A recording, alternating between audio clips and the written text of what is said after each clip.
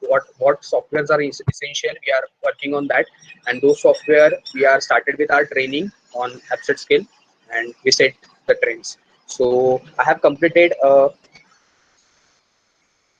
just 1 minute. Yeah, I have completed my architectural software certificate from Autodesk Professional, and along with that structural for the same Autodesk. And along with that, right now with my study material, I am going to provide the Revit Essential program. So before starting, we should know about little bit about Revit Essential. So what is Revit exactly? So if we see in this upcoming months and whatever is going on, the need which is required for the market and from every individual aspect, it whether it can be for the jobs, it can be for your consultancy, it can be for the further studies.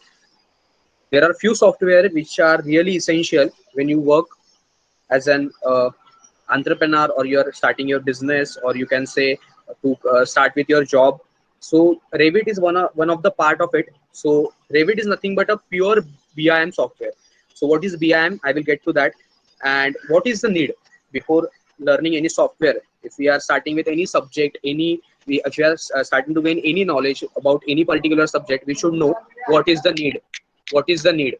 So whatever changes updating in a view, the immediate changes will reflect in the respective view. So what does this mean exactly? So need of this Revit Essential, whenever we are changing, we are creating a module, whenever we are updating that module, there will be immediate changes reflected to the respective view. So that is nothing but Revit. So what is use and implementation of this Revit? So Revit can be used as a very powerful collaboration tool between different disciplines in the building design sphere.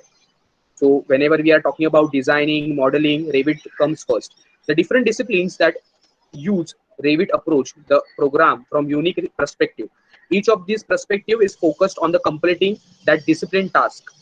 Companies that adopt the software first examine the existing workflow process to determine if such an elaborate collaboration tool is required.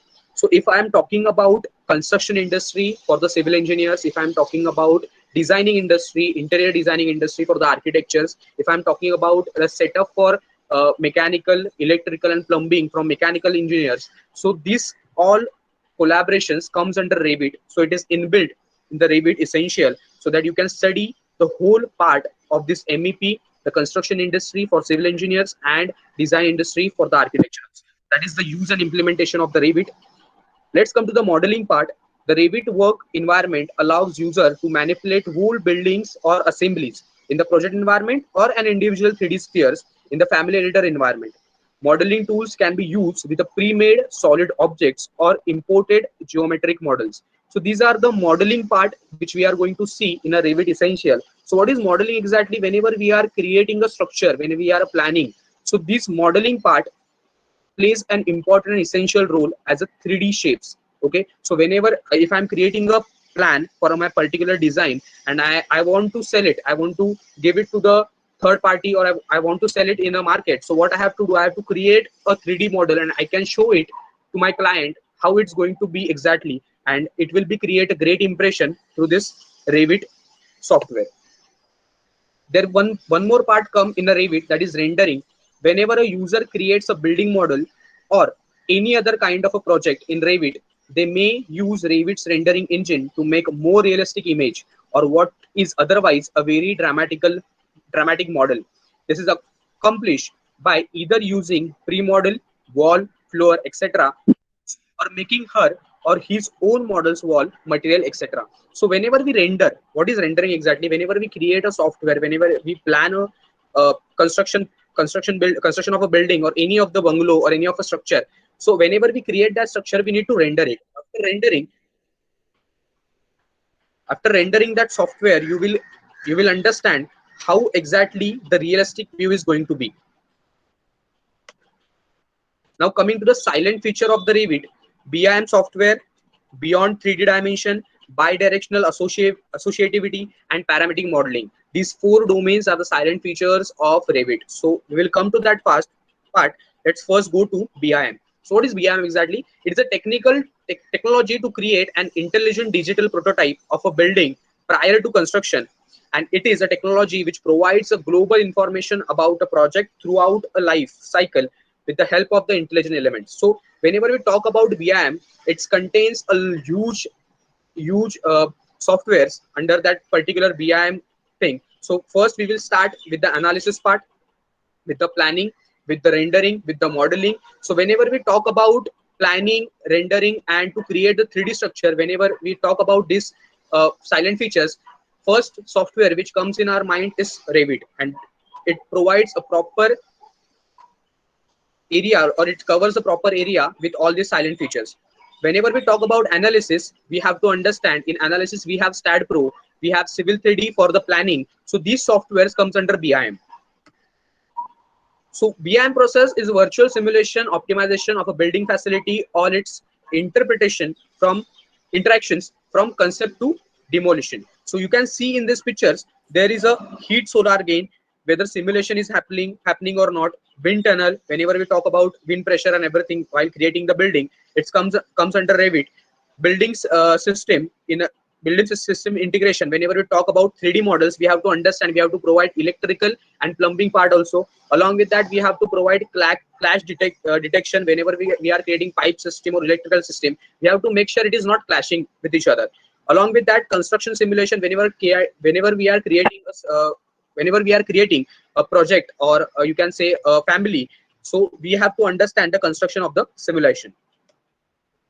Now, what is bidirectional associativity?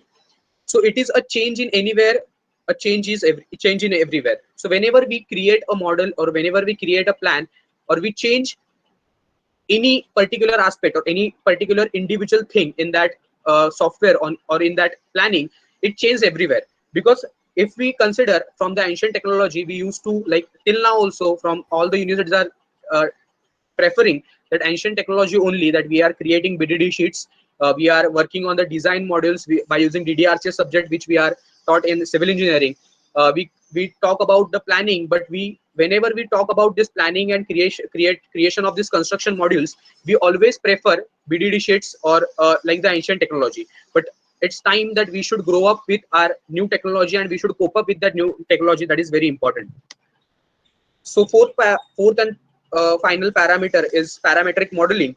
Construct constraints locking the elements with respect to the other elements with the dimension. So whenever I talk about parametric modeling, it's nothing but a part of a 3D modeling. When we create a structure, that structure we have to make it like we have to make sure that it covers all the aspects according to the social responsibility of every individual, according to the business model, according to the client requirement. So this parametric modeling is nothing but that only.